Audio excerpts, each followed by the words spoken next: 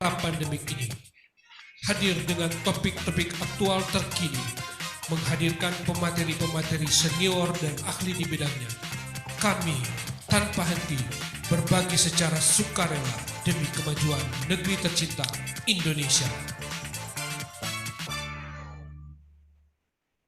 Halo, selamat malam member PHP Indonesia yang ada di seluruh Indonesia dan seluruh dunia.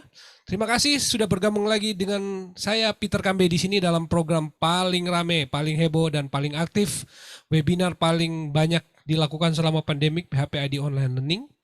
Malam hari ini kita di edisi yang ke-145 hadir dengan pemateri baru, Om Yusuf Fazeri. Beliau adalah back-end engineer di Codepolitan.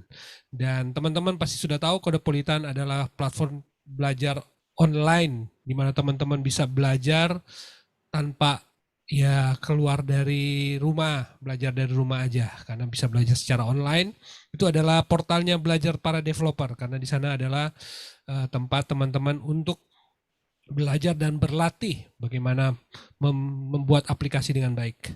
Dan Om Yusuf Fazeri adalah salah satu back-end engineer yang membuat platformnya yang juga sekaligus sering jadi tutor yang ngajarin teman-teman bagaimana proses apa yang akan teman-teman pelajari ketika mau belajar menjadi seorang developer yang handal. Nah, malam hari ini saya todong beliau untuk mengisi di online learning kita pada malam hari ini di edisi RAD with no SQL, Rapid Application Development with no SQL. Dalam hal ini mungkin MongoDB kalau nggak salah. Ya. Nanti kita dengar aja pemaparan dari Om Yusuf. Nah, dia adalah di Backend Engineer Codepolitan. Seperti biasa format acara selama 45 menit. Dan di sesi kedua kita akan ada tanya jawab teman-teman yang sudah gabung saat ini. Ada berapa? 15. Jangan lupa sampaikan kolom pertanyaan di kolom komentar di Facebook. Pertanyaan apa aja yang terkait dengan topik kita hari ini. Dan PHP-AD Online Learning terselenggara berkat kerjasama PHP Indonesia dengan sponsor-sponsor dalam hal ini Codepolitan, Rumah Komunitas, ID Cloud Host, dan Refactory. Terima kasih untuk sponsor-sponsor yang terus berjuang, terus membantu membuat program ini terlaksana dengan baik. Salam sehat selalu untuk setiap staff dan masing-masing CEO-nya. Dan biar kita terus berjuang di tengah pandemik. Jangan patah semangat. Oke, tanpa perlu menunggu waktu yang lama, kita akan segera mulai PHP-AD Online Learning kita. Waktu dan tempat saya serahkan ke Om Yusuf sebentar. Saya setting dulu. Oke, seharusnya sekarang sudah bisa. Udah bisa dimulai ya? Ya, silakan. Waduh, deg-degan saya nih. No problem, santai saja. Saya Sharing bisa screen sudah bisa ya? share screen? Oke. Nah, sudah bisa mestinya.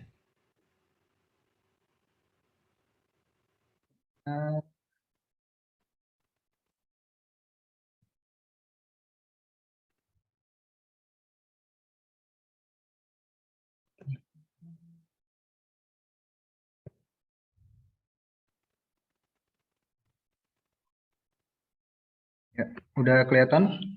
Yes, oke, sudah. Oke. Mau di full screen atau mau seperti itu? Terserah sih. Di full screen Presentasikan. pastinya. Ya. Yes, perfect. Ya, selamat malam semuanya. Ya, seharusnya nih yang ngisi acara nih Pak Uriza nih. Tapi beliau lagi berhalangan dan tugasnya malah diserahin ke saya. Ya, semoga saya bisa memberikan ilmu yang bermanfaat bagi teman-teman yang udah hadir di acara ini. Di pertemuan kita kali ini kita akan membahas materinya tentang RAD with NoSQL di Rapid Application Development with NoSQL Database. Nah, sebelum kita mulai, saya ingin memberikan sedikit quotes yang menyemangati saya di sesi ini. Jadi quotesnya dari Ibnu Qayyim, yaitu sebagian orang tetap ilmu karena kemampuan buruk mereka untuk tetap diam. Jadi, supaya saya bisa terus berkembang, supaya saya bisa menjadi pribadi yang terus memberikan dampak yang baik di teman-teman semuanya, saya ingin membagikan, saya ingin sharing sedikit ilmu saya agar bisa bermanfaat juga bagi saya dan teman-teman. Nah, sebelum kita lanjut ke pembahasan keseluruhannya, kita perlu mengenal dulu yang namanya Rapid Application Development.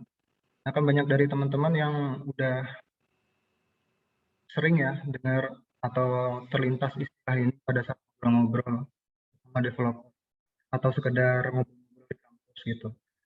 Nah, Rapid Application Development itu sendiri itu apa sih? Rapid Application Development itu adalah suatu metode yang berfokus kepada pengembangan aplikasi secara cepat melalui pengulangan dan feedback. Nah, metode ini tuh merupakan semacam cikal bakal dari Agile Project Management. Karena di metode ini kita bisa mengikuti fase bisnis yang terus berkembang dan juga kebutuhan pasar yang terus meningkat. Kemudian ini tuh bisa menjadi alternatif bagi metode lain seperti waterfall, karena metode waterfall itu tergolong metode pengembangan yang kaku. Kemudian untuk Rapid Application Development ini sendiri juga ada salah satu yang perlu diperhatikan, yaitu membutuhkan developer yang memiliki skill bagus. Jadi, misalkan teman-teman dalam suatu project menggunakan metode pengembangan ini, nah dipastikan dulu untuk tim-timnya itu punya skill yang bagus. Jadi karena kan fokusnya ke deliver aplikasi yang cepat, terus membutuhkan feedback yang cepat juga dari stakeholder atau klien. Kita sebagai tim developer itu wajib wajib memiliki tim yang punya skill yang bagus agar nanti bisa cepat untuk geraknya. Kemudian tahapan-tahapan RAD itu sendiri, kalau misalkan digambarkan dalam sebuah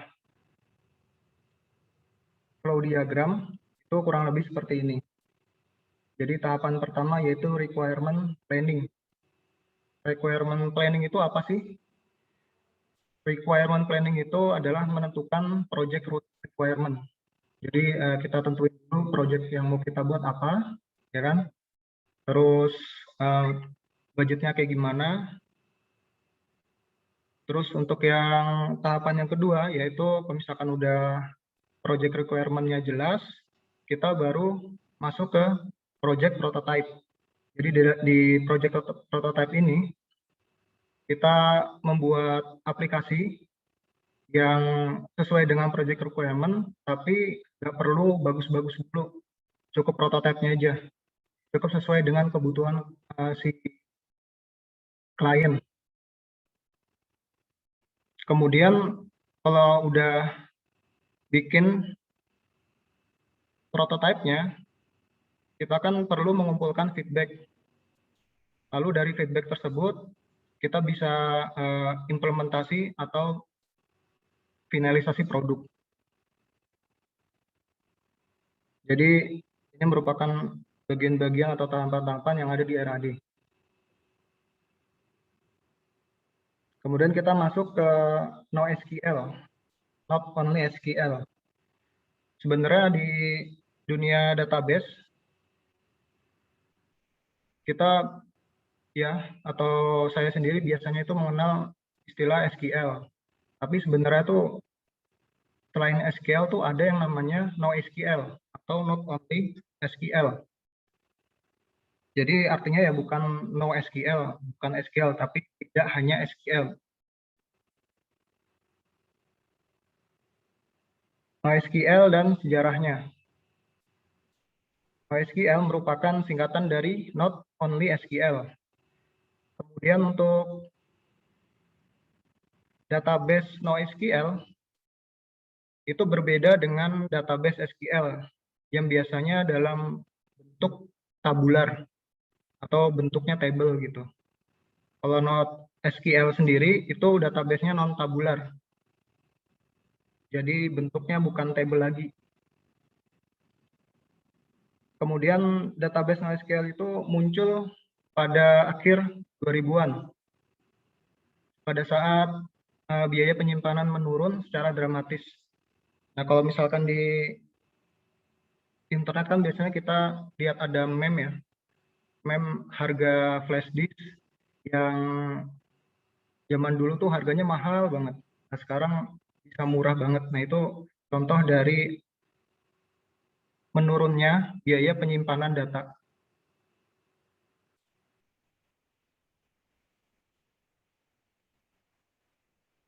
Nah, karena biaya penyimpanan menurun dengan cepat, maka otomatis jumlah data yang dibutuhkan aplikasi untuk disimpan dan melakukan query itu meningkat.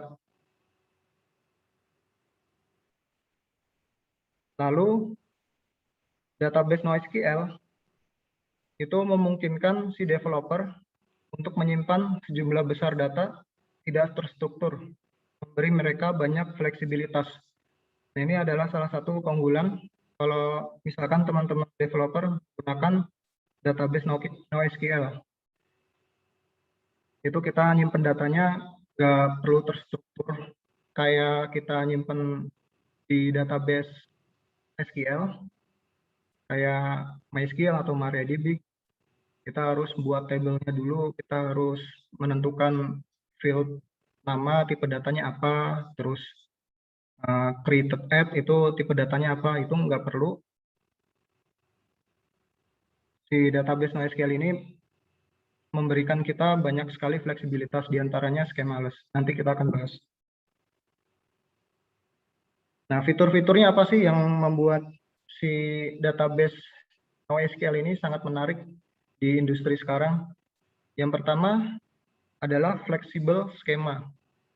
Jadi seperti yang saya singgung sebelumnya, kalau misalkan kita buat database di SQL atau table gitu, itu kan skemanya kan sangat kita perhatikan sebelum kita mulai membuatnya. Kita bikin IRD-nya dulu, terus kemudian kita rencanakan juga tipe datanya biar nanti nggak boros memori gitu. Jadi untuk fleksibel skema ini kita kalau di NoSQL kita nggak perlu mikirin hal itu. Jadi itu bisa mempercepat proses development teman-teman. Kemudian fitur yang menarik kedua adalah dia fast query. Karena apa? Simple, karena sederhana. Kesederhanaannya itu kalau kita melakukan query data meskipun jumlahnya banyak, itu hasilnya akan cepat jika dibandingkan dengan relational database. Karena nggak perlu join table lagi. Kita bisa buat skemanya lebih sederhana. Kemudian easy to use. Jadi kenapa sih kita menggunakan fitur-fitur NoSQL? Yang ketiga itu salah satu alasannya yaitu easy to use. Mudah untuk digunakan. Jadi dokumentasinya, kemudian komunitasnya itu sudah banyak sekali.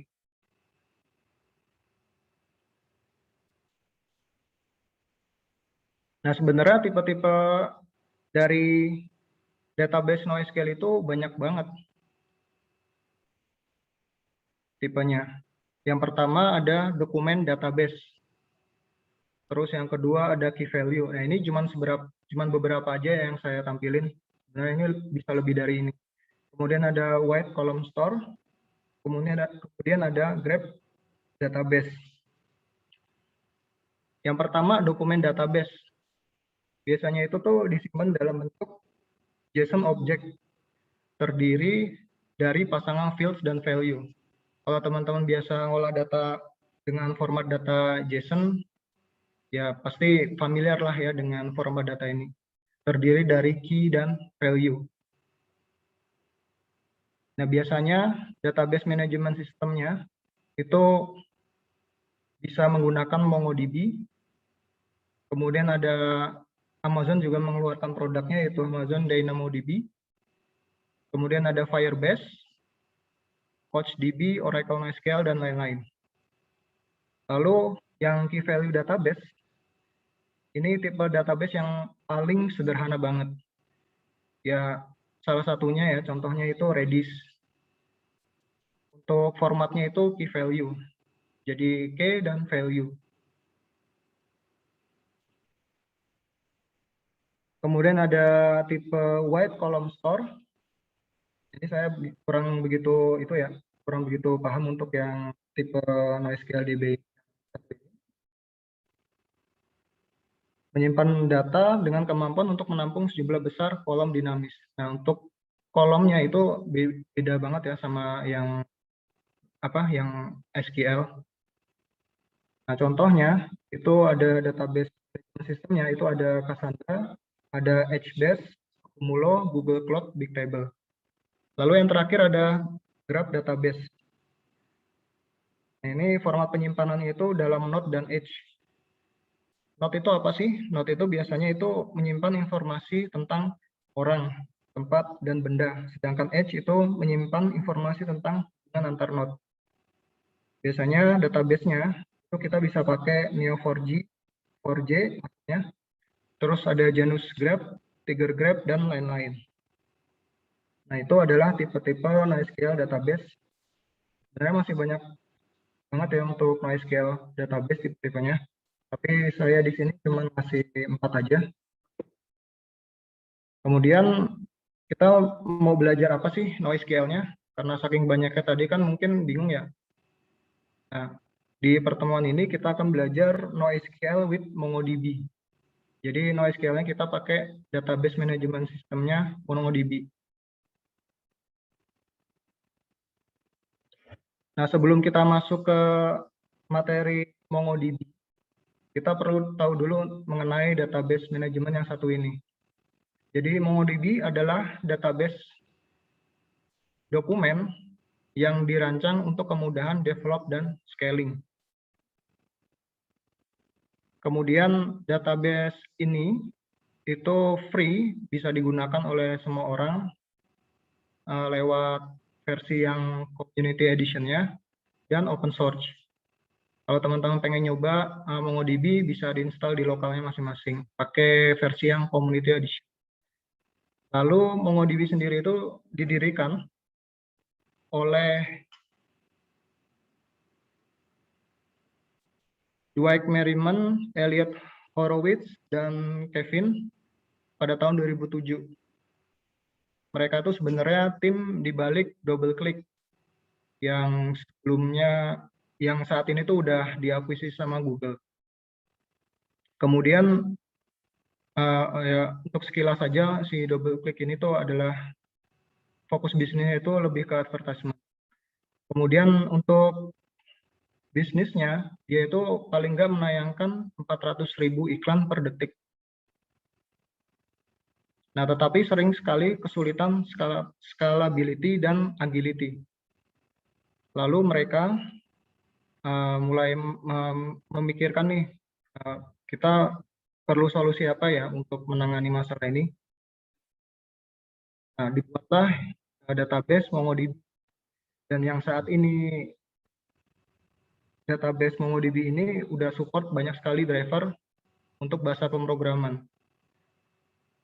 Lalu untuk istilah query-nya sendiri, kalau misalkan kita di MariaDB atau MySQL kita pakai istilah SQL gitu ya. Kalau di MongoDB sendiri kita pakai istilah Mongo Query Language.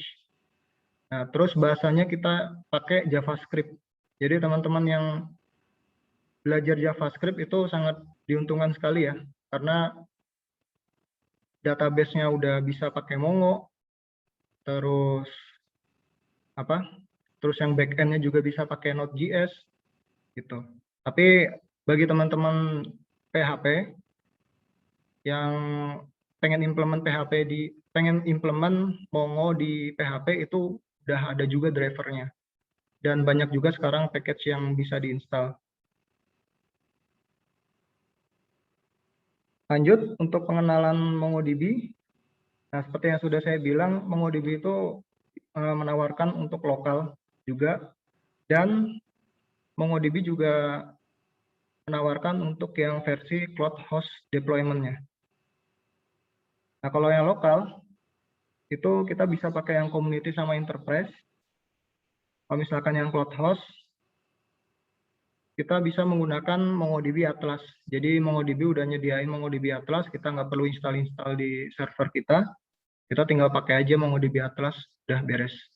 Bagi yang males install sama scaling, itu solusi banget. Terus kenapa sih kita belajar MongoDB? Ya karena di DB Engines, di websitenya DB Engines, itu dia peringkat pertama untuk database dalam format dokumen yang banyak digunakan. Lalu, schemless. Jadi teman-teman nggak perlu pusing bikin-bikin desain table, kemudian tipe datanya segala macam, itu udah gampang banget bikin database atau bikin collection-nya, itu udah nggak perlu musingin tipe data atau strukturnya. Lalu relatif mudah dipelajari. Jadi dokumentasi MongoDB itu paling bagus ya untuk menurut saya paling bagus banget untuk dokumentasinya, jadi lebih gampang kita untuk belajar Mongonya. Dan MongoDB banyak sekali yang sudah pakai. Contohnya adalah untuk perusahaan Forbes, Toyota, Adobe, Discord juga pakai, terus eBay, Cisco, SAP juga pakai. Nah, untuk lengkapnya bisa dikunjungi di website ini, mongodb.com/buuse-mongodb.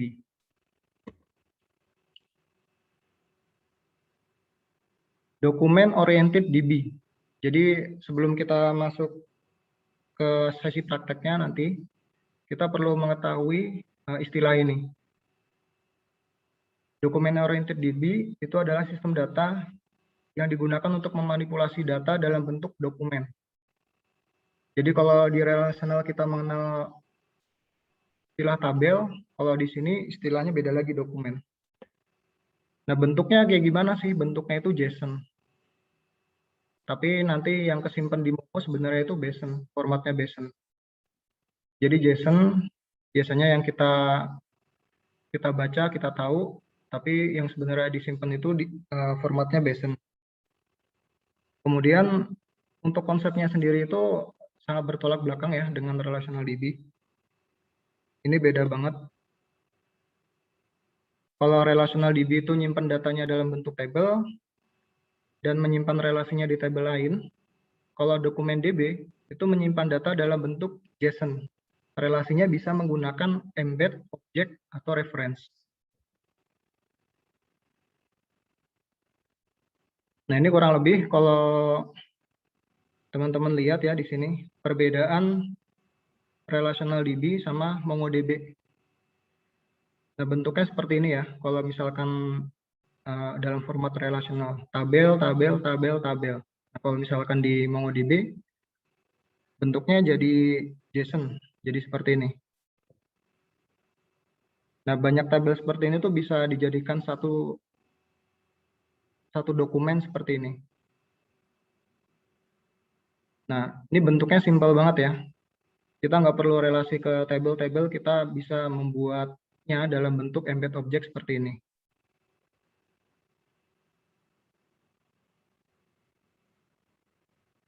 Nah, untuk lebih memperjelas istilah-istilahnya, ini saya juga udah rangkum untuk istilah RDBMS versus MongoDB. Kalau di RDBMS istilah database itu sama aja di MongoDB istilahnya, yaitu database juga. Kalau di RDBMS table, kalau di MongoDB nyebutnya kita collection. Terus kalau di RDBMS tuple atau row, di MongoDB itu istilahnya dokumen. Kalau di RDBMS istilahnya kolom, kemudian di MongoDB itu istilahnya field. Table join kita bisa pakai embed documents, primary key, tetap aja primary key ya namanya. Kalau misalkan untuk istilah database server dan klien, kalau di RDBMS kita biasa tahu istilah MySQLD, kalau di MongoDB, MongoD. Nah, ini udah nggak beda banget ya, maksudnya nggak terlalu beda jauh ya. Yang beda yang ini nih, table, collection, row, dokumen, column, field. Jadi jangan, kalau misalkan teman-teman develop pakai MongoDB, jangan sampai keliru nyebutnya table, padahal itu collection gitu.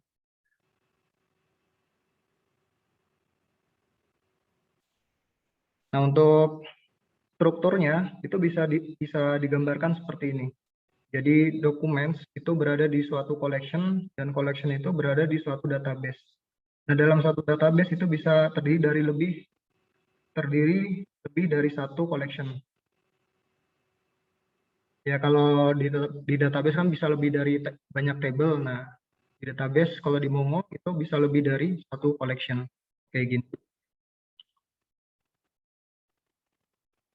Nah, untuk install sendiri itu udah disediakan bermacam-macam operating system. Jadi bisa disesuaikan dengan operating system yang teman-teman gunakan. Kalau mau pakai Windows juga udah ada versi installer Windows-nya. Kemudian Linux juga udah ada, Mac juga udah ada, Docker juga udah ada. Kalau pengen install bisa kunjungin link di sini, docs.mongodb.com/manual installation. Di sini tinggal download aja atau ikuti aja panduan cara menginstalnya.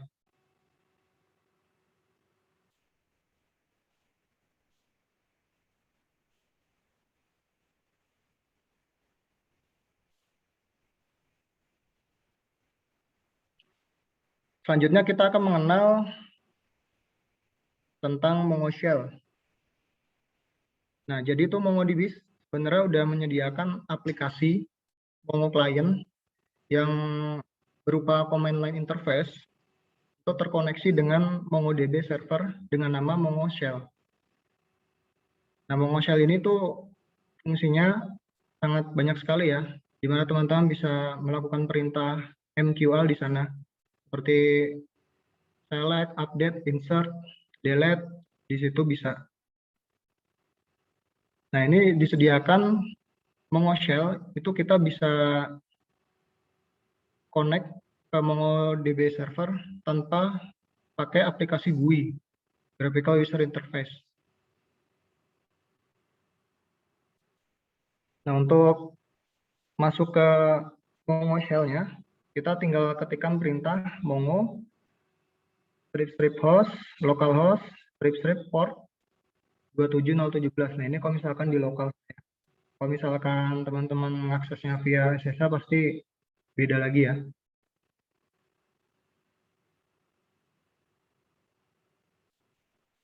Selanjutnya kita akan mengenal apa itu BSON. Jadi BSON sendiri merupakan singkatan dari binary JSON. Apa sih binary JSON itu? Sebenarnya binary JSON itu adalah format data yang digunakan saat menyimpan data. Kemudian BSON sendiri itu dipakai sama Mongo karena dia mendukung banyak tipe data dibandingkan JSON. Contoh gampangnya misalkan kita pengen ngupload suatu file ke database Mongo, nah dengan BSON ini sudah support. Jadi support untuk binary file juga udah bisa.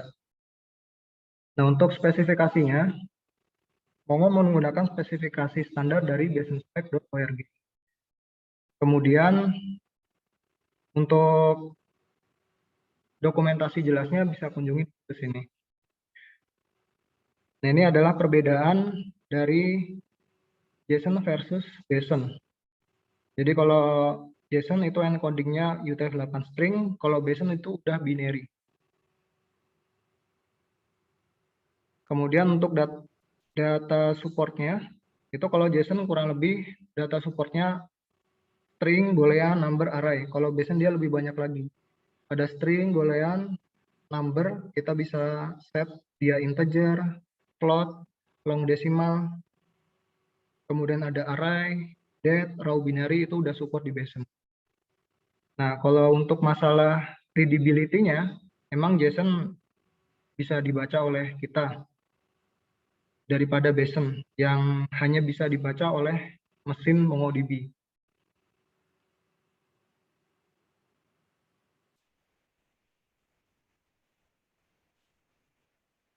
Nah, untuk relasinya di MongoDB itu bisa banget. Yang pertama kita bisa menggunakan struktur dokumen embedded. Jadi bentuknya kayak gini. Di sini contohnya ada collection, bukan collection, dokumen yang fieldnya itu ada underscore ID, username, kemudian ada kontak, gender. Nah, ini kontak inilah yang kita sebut sebagai dokumen embedded.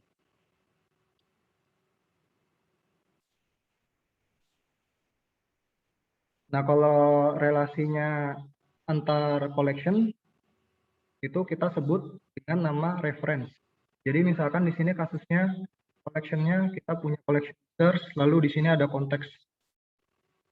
Nah, untuk menghubungkan antar collection ini ya bisa dilihat dengan garis warna merah ini, kita membuat user ID, field user ID di collection konteks yang isinya tuh ID dari collection users.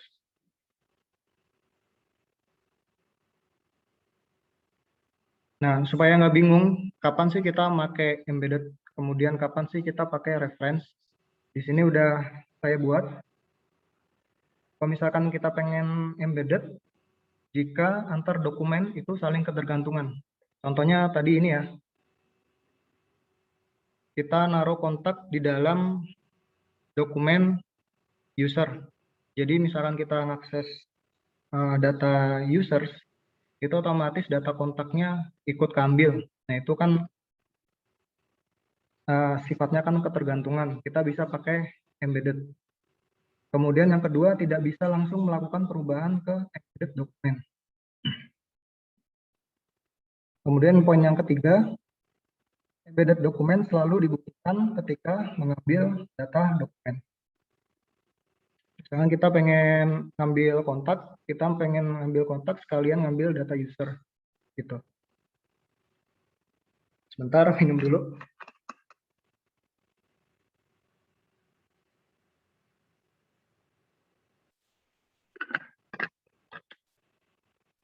Kemudian gunakan reference jika antar dokumen itu bisa berdiri sendiri.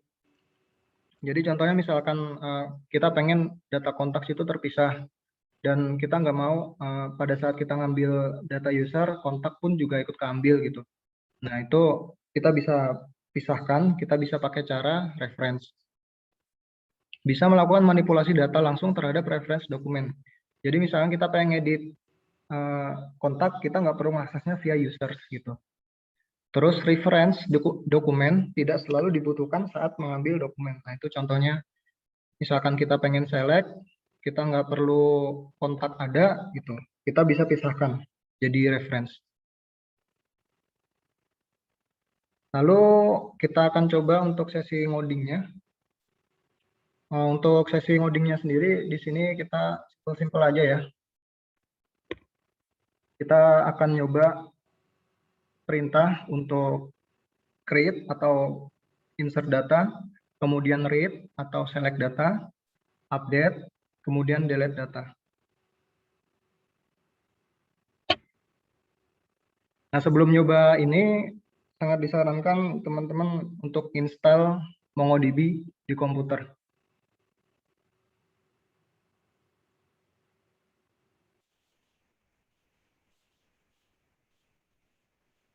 Nah, untuk dokumentasinya bisa dilihat di link yang tadi. Ini udah lengkap banget ya step by step-nya. Jadi untuk menginsert di MongoDB itu ada dua pilihan. Yang pertama ada insert one, kemudian ada insert many. Sebenarnya ada lagi insert, jadi bisa insert one, insert many. Kita coba aja ya. Nah, di sini saya udah buka untuk Mongo Shell-nya. Nah, uniknya di Mongo, misalkan kita pengen nge-create database, kita nggak perlu ngebuat database-nya. Jadi kita bisa meng-create secara implisit menggunakan perintah use. Tapi sebelum kita menggunakan perintah use, kita coba dulu untuk lihat dulu database yang saya punya. Nah, di sini ada beberapa database ya, ada admin, config, Yusuf, lokal, sama cache. kayaknya sharing screen-nya mesti dibikin desktop. Jadi nggak kelihatan tuh yang mongoselnya. Oh, oke, oke.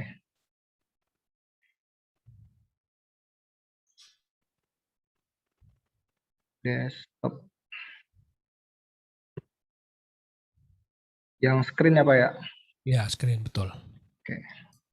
Udah kelihatan? Nah, perfecto. Oke. Nah, saya ulangin lagi. Untuk nyoba praktek Mongo-nya, kita perlu install Mongo-nya, lalu akses Mongo via command prompt menggunakan perintah Mongo. Bahkan di sini saya udah install, di sini posisinya udah ada di command prompt. Kita bisa ketikkan perintah Mongo gitu aja. Kalau pengen lengkap ya tinggal masukin aja sesuai dengan yang slide tadi, host berapa gitu. Tapi kan karena lokal, kita nggak perlu komplit-komplit, nggak apa-apa. Mongo, nah ini udah masuk ke Mongo servernya via Mongo Shell. Lanjut, untuk membuat database di Mongo itu sangat mudah. Kita tidak perlu membuat secara eksplisit ya, menggunakan perintah create gitu, nggak perlu. Kita bisa menggunakan perintah use. Tapi sebelum masuk ke perintah itu, saya akan perlihatkan dulu untuk database yang saya punya. Nah, di sini saya punya beberapa database. Saya akan membuat contoh database dengan nama use PHP ID DB gitu. Nah, untuk penamanya sendiri itu terserah, yang penting konsisten. Dan biasanya saya kalau misalkan lebih dari satu kata itu dipisahkan dengan tanda underscore. Nah, ini udah berhasil kita buat database-nya. Nah, uniknya misalnya kita show database di sini, database yang tadi kita use itu nggak muncul di sini. Nah, munculnya pada saat kita udah membuat satu collection di dalam database tersebut. Misalkan kita buat ya, nama collection-nya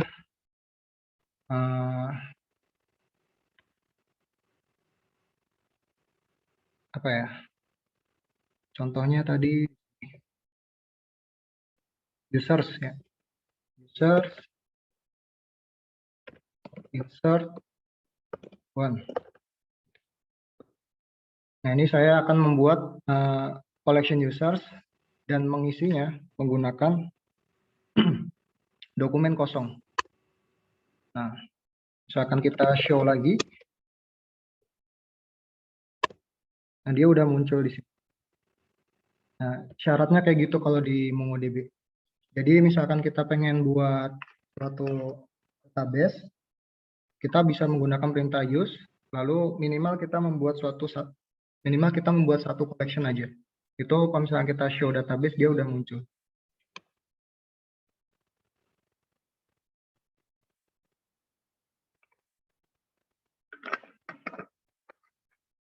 Nah, terus kalau misalkan kita buka untuk isinya di collection users tadi dengan perintah users find, dia akan muncul satu dokumen dengan field underscore ID lalu memiliki value object ID seperti ini.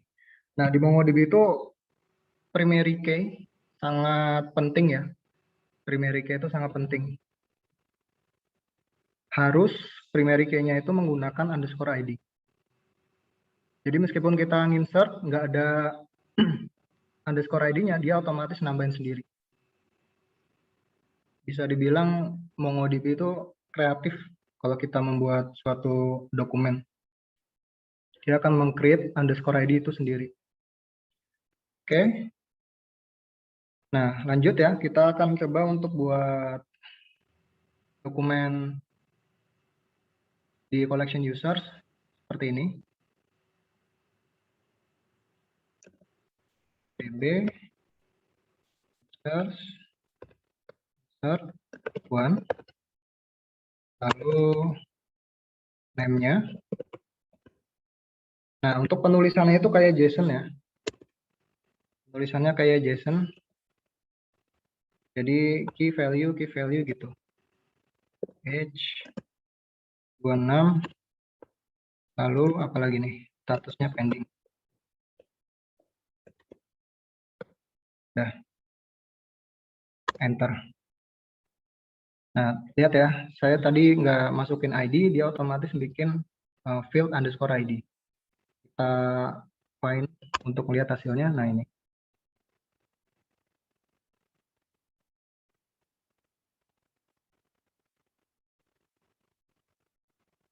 Nah, kemudian di read operation-nya, ya, kita bisa menggunakan method find yang sudah saya praktekkan di sini tadi. Nah, untuk memasukkan filter datanya, misalkan kita pengen nyari umur yang lebih dari 18 tahun gitu.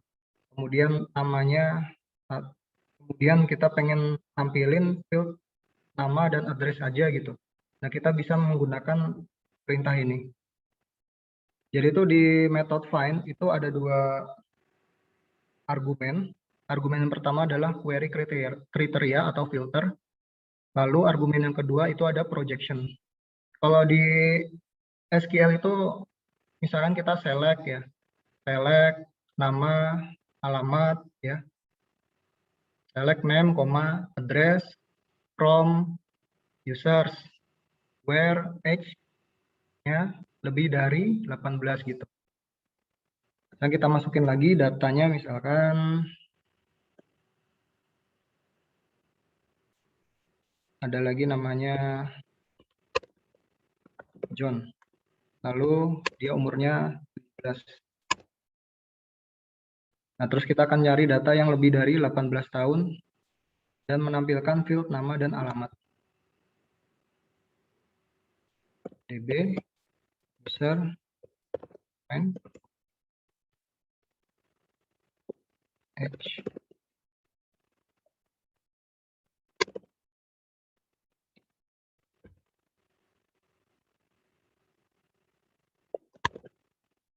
Kita nampilin name-nya aja, misalkan. Ini bisa pakai angka 1 atau pakai true atau false. Terserah. Nah, ini kita nampilin ya, data yang umurnya lebih dari 18, kemudian kita tampilin aja field-nya itu name. Nah, uniknya, kalau misalkan kita tentukan field yang mau kita tampilkan, di sini kan kita maunya nama aja nih yang mau kita tampilin. Tapi si ID ngikut juga. Nah, kalau pengen ngapus yang field underscore ID, kita tinggal tambahin aja ya, underscore ID false. Nah, kayak gini. Nah, itu kurang lebih untuk query select-nya di Mongo. Kita bisa menggunakan method find. Lalu untuk update-nya itu Mongo menyediakan 3 pilihan metode. Yang pertama ada update one, update many, dan replace one. Ya, sesuai namanya aja di sini. Update one itu hanya untuk mengupdate satu dokumen aja. Kalau update many itu bisa lebih banyak dokumen kita bisa update. Kemudian ada replace one. Nah, untuk codingannya seperti ini. Jadi db users update many yang age-nya kurang dari 18 akan statusnya berubah jadi reject. Kita akan coba ya.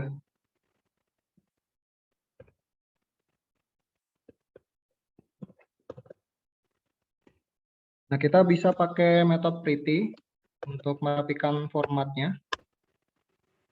Nah, di sini ada age yang 26 sama 17. Kita akan ubah yang kurang dari 18 dan statusnya akan jadi reject.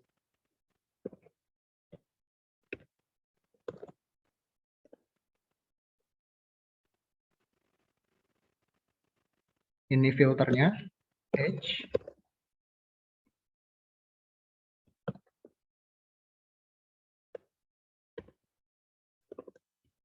Ini buat setnya. Set, statusnya, fieldnya apa. Kemudian ini value-nya. Nah, kurang lebih seperti ini. Nah, ini knowledge-nya true, match count-nya 1, berarti kan dia berhasil menemukan satu dokumen yang sesuai dengan kriteria, lalu modified count-nya 1, berarti kita berhasil memodifikasi satu dokumen. Lalu kita tampilkan lagi, nah ini udah berubah ya untuk status reject dengan age-nya yang 17 tadi, yang kurang dari 18. Lalu ada operator delete. Nah, operator delete itu Mongo ada dua metode. Yang pertama ada delete one, kemudian ada delete many. Nah, kurang lebih untuk penggunanya seperti ini. Jadi ini contohnya untuk mendelete semua yang statusnya reject.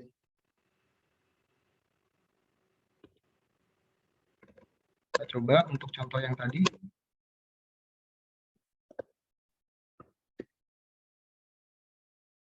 Status. Nah, enter. Nah, delete count-nya 1. Berarti dia berhasil mendelete satu dokumen. Kita coba pretty. Tampilkan. Nah, ini udah kehapus ya untuk yang reject tadi. Gitu. Terus Mongo juga menyediakan metode bulk write. Jadi misalnya kita pengen update, insert itu secara batch itu bisa kita pakai yang bulk write ini. Nah, terus pengen belajar di mana nih kalau misalkan pengen tahu banyak tentang Mongo. Nah, Mongo sendiri pun juga udah nyediain resource belajar yang gratis dan juga berbayar tentunya ya untuk kalangan profesional. Tinggal kunjungi aja website MongoDB, kemudian pilih menu yang resource, lalu di sini tuh udah disediakan banyak sekali pilihan mulai dari dokumentasi, kemudian dia juga menyediakan MongoDB University.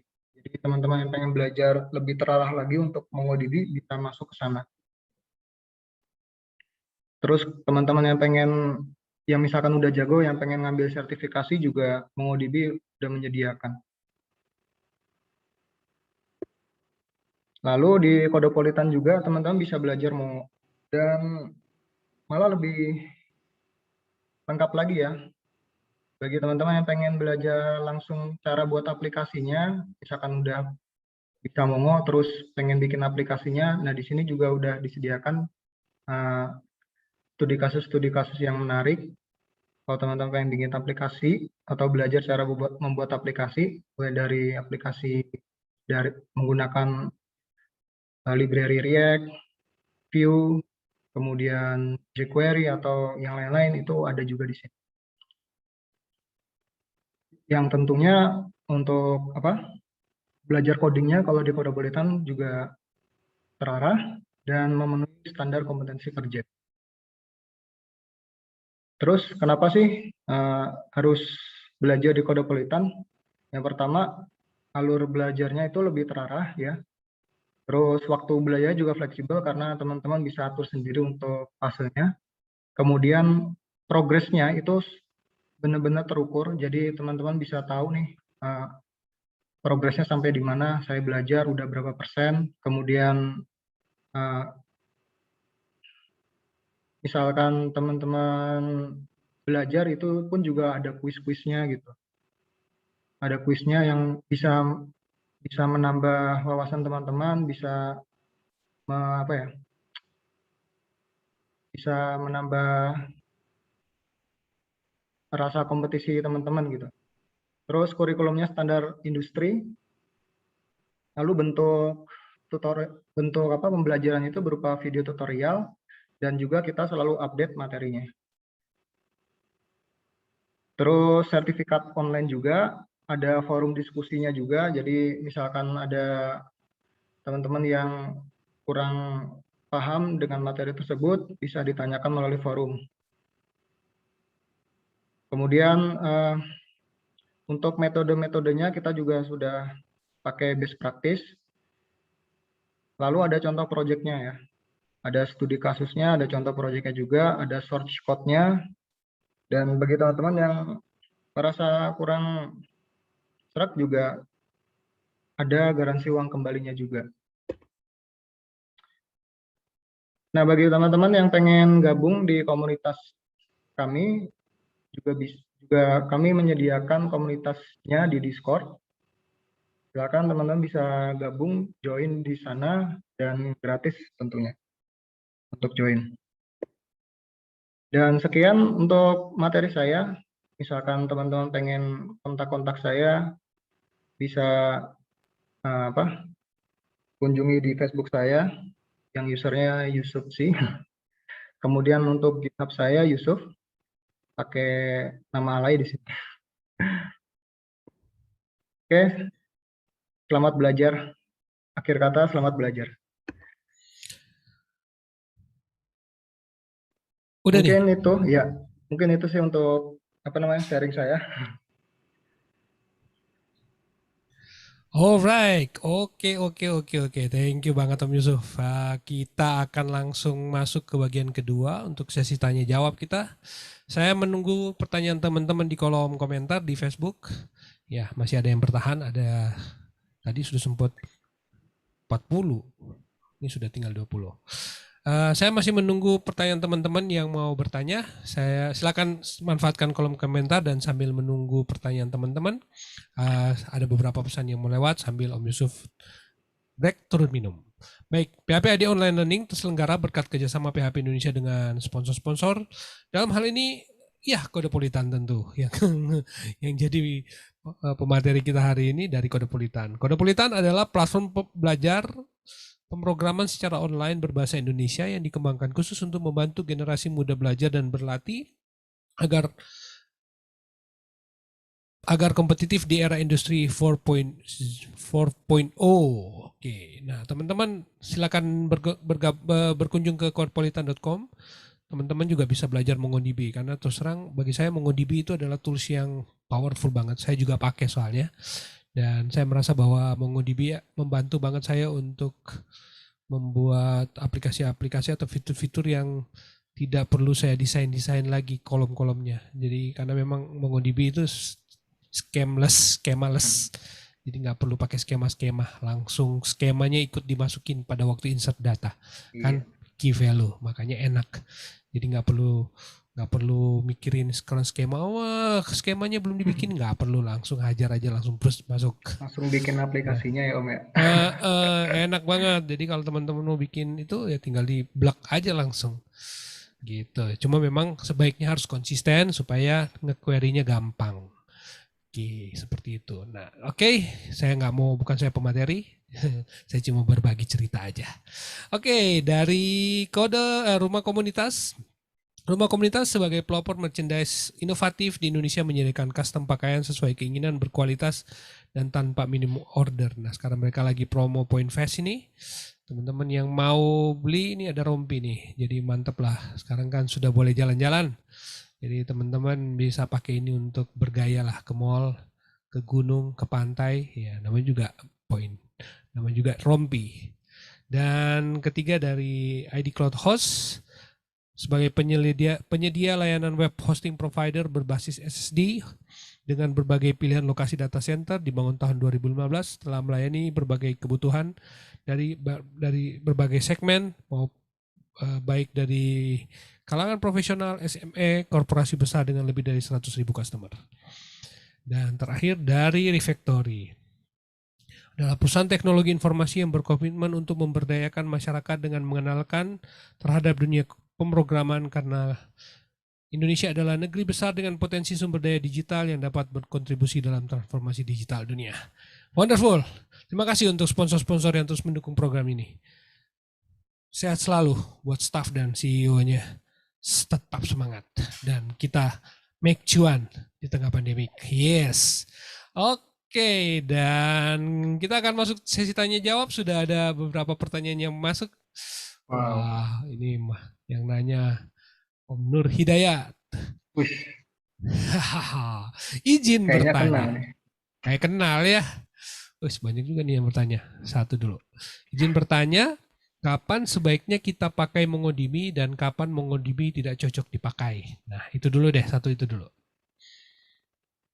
Kapan Oh, ya? bisa juga disambung sih. Mungkin ada hint jenis project atau jenis aplikasi atau kriteria lain yang mengharuskan kita sebaiknya pakai atau tidak pakai MongoDB. Nah, kurang lebih kayak gimana tuh Om Yusuf? Kapan kita pakai dan kapan kita nggak pakai? Ya. Hmm, agak susah ya. Simpel tapi susah. Kapan ya? Kapan nggak pakainya? Ya mungkin kalau misalkan belum belajar, karena belum ada basicnya ya nggak, jangan jangan pakai ya. Terus kapan kita pakai? Mungkin kalau misalkan teman-teman tadi ya, misalkan butuh pengembangan yang cepat, aplikasi yang cepat, dan nggak mau sibuk ngurusin ini skemanya kayak kayak gimana ya, terus nanti tipe datanya bakal tipe datanya fieldnya itu bakal nambah lagi atau enggak sih, terus nanti ini udah bener atau belum ya di klien gitu, untuk apa, untuk alur si aplikasinya itu, untuk alur bisnis si aplikasinya. Nah itu bisa cocok menggunakan MongoDB. Jadi misalkan berhadapan dengan project yang misalkan kurang begitu jelas requirement-nya, juga itu sangat membantu banget ya. Terus bagi teman-teman yang mungkin masih kuliah dan coba lagi riset-riset untuk aplikasinya mau dibuat pakai apa ya gitu.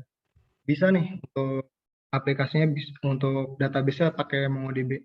Karena kan skemanya itu lebih fleksibel dan teman-teman nggak perlu ribet di awal untuk desain database-nya gitu. Oke, pertanyaan berikut dari Om Budi Santoso. Bagaimana dari sisi keamanan MongoDB? Kalau di MySQL ada istilah table crash. Kayak table crash itu salah ketik kalinya. Kalau di Hmm. SQL ada database suspect. Kalau di MongoDB gimana ya? Dan gimana solusi repairnya? Hmm, kalau Berarti bukan dari untuk kasus keamanan itu sih kali ya. Berarti ya mungkin dari sisi reliability kali, bukan keamanan ya. reliability ya. Hmm. Kalau untuk sampai sampai ke masalah itu sih, saya jujur saya belum pernah ya sampai database atau table di MySQL itu sampai tadi yang Pak Peter sebutkan gitu. Mungkin untuk sisi keamanan keamanan sendiri tuh si Mongo udah nyediain ya basic basic lah, basic untuk autentikasi authorization gitu.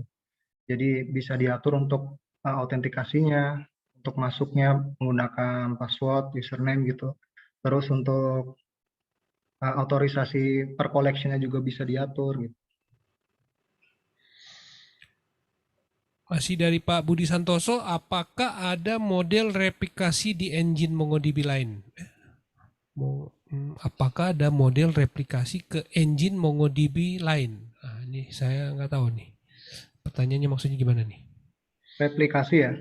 Ya, Tahu saya replikasi. sih replikasi di MongoDB bisa ya. Cuman untuk yang tadi tuh di engine lain tuh maksudnya gimana ya? Saya belum belum tahu tuh. Kalau untuk yang replikasi ke engine lain. Oke. Om Indra Caidir, oh ini bukan pertanyaan, pernyataan. Pertanyaan Om Inung yang bisa jawab Om Inung sendiri katanya. Ah iya iyalah. Oke, nggak ada lagi yang mau nanya nih. Aduh, saya terus terang bahagia pakai MongoDB karena memang saya rasa itu database yang keren banget. Kan keren banget. Jadi ya, teman-teman saya rekomendasi kalian untuk pakai MongoDB juga. Dan nggak ada yang menanya lagi nih, wah. Boleh tahu Om Yusuf, kira-kira memang MongoDB juga digunakan di platform Codepolitan atau bagaimana? Iya. Di platform kami juga menggunakan database MongoDB yang kasusnya itu buat mencatat statistik log belajar teman-teman. Oke, yes. Saya rasa memang itu use case-nya kayak gitu sih memang. MongoDB itu mungkin lebih pas untuk database yang nggak butuh diedit-edit gitu. Boleh diedit tapi kalau bisa nggak usah diedit. Jadi nyata terus karena dia memang kencang banget untuk proses write dan read-nya. Masih dari Pak Budi Santoso, misal kita ada beberapa engine MongoDB, misal untuk antisipasi ada database yang down. Oh, mungkin sistemnya apa ya? Replikasi atau itu kali mungkin. Saya rasa sih ada ya. Ada replikasi. Ada sih kayaknya kalau nggak salah di. Bahkan kalau kita mau pakai transaction pun juga malah diwajibin pakai replikasi Oh, oke. Great. fitur transaksi. Data untuk transaction ya. Oh, oke. Berarti bagus dong, MongoDB sudah support transaction. Iya. Oke, masih ada yang mau nanya? Ada 25, 26 yang nonton, nggak ada yang mau nanya. Kalau sudah nggak ada, kita sudah mau akhiri soalnya. Sudah 1 jam. Oke, kelihatannya sudah nggak ada yang mau bertanya nih, Om Yusuf. Jadi kita akan masuk sesi ketiga di bagian penutup. Mungkin Om Yusuf ada pesan-pesan buat teman-teman terkait topik kita hari ini, motivasi buat mereka untuk belajar dan mungkin juga di mana bisa ngontak Om Yusuf. Silakan. Kalau teman-teman pengen kontak, tadi saya udah share untuk akun sosial media saya, Facebook dan GitHub. Ya mungkin saran saya sih teman-teman, maksudnya penyemangat ya, kata-kata penyemangat teman-teman dan saya ya tetap belajar gitu. Jangan sampai merasa puas dengan apa yang sudah dipelajari saat ini. Dan jangan lupa berbagi ilmu. Jangan lupa berbagi ilmu, apalagi bisa berbagi ilmu di PHP Learning itu keren banget. Nah, segitu aja. Ya, itu aja. Oke, nah itu teman-teman pesan Om Yusuf. Rajin-rajin berbagi. Karena dengan kita berbagi di PHP di online learning, yang belajar itu bukan yang dengar aja, tapi juga yang sharing. Jadi teman-teman, saya selalu membuka kesempatan buat teman-teman berbagi ilmu di PHP di online learning. Tetap semangat dan oke, sebagai pengumuman, terima kasih dulu nih Om Yusuf yang sudah berbagi cerita dengan kita malam hari ini. Sukses selalu dan salam sehat selalu. Tetap semangat. Ya, semangat Om. Dan sebagai pengumuman teman-teman, kita akan ketemu lagi di PHP di Online Learning hari Jumat ini, tanggal 29 Oktober dengan Om Firman Brilian. Beliau barusan pindah di kantor yang baru. Jadi dia sekarang jadi admin di PT Adira Finance. Dia akan berbagi cerita dengan kita sebagai bagian dari dunia machine learning, statistika, storytelling with data. Jadi memang beliau adalah salah satu praktisi data analis. Nah, salah satu bagian di data analis adalah storytelling. Jadi kita ketemu hari Jumat dengan Om Firman Brilian. Saya tetap menanti kehadiran teman-teman di event yang selalu ada tiap minggu ini.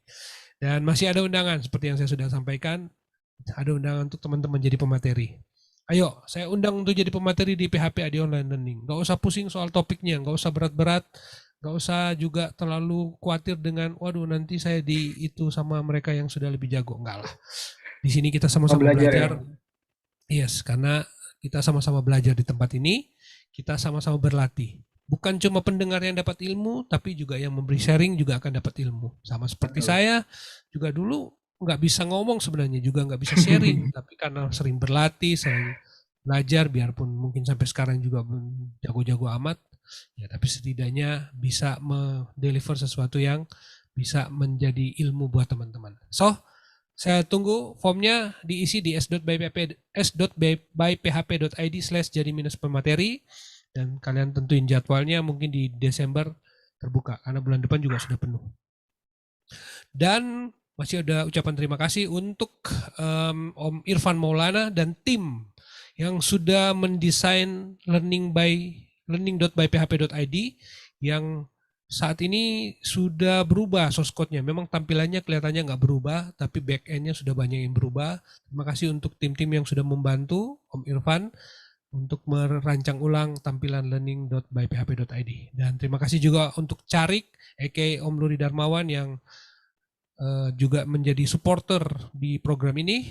Teman-teman bisa follow Carik di Telegram, ketik PHP Learning, MongoDB, dan topik-topik terkait MongoDB termasuk yang sudah disampaikan Om Yusuf hari ini bisa teman-teman ikuti. Karena sudah ada 145, jadi sudah banyak banget topik-topik yang sebelumnya yang juga bisa teman-teman nonton ulang. Dan masih dibuka donasi untuk PHP ID Online Learning. Teman-teman silakan berkunjung di s.byphp.id/donasi atau di traktir.id, silakan search aja PHP ID.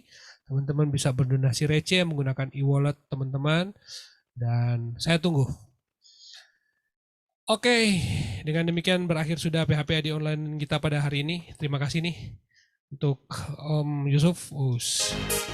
Kita akan selalu bertemu lagi nanti di kesempatan yang berbeda.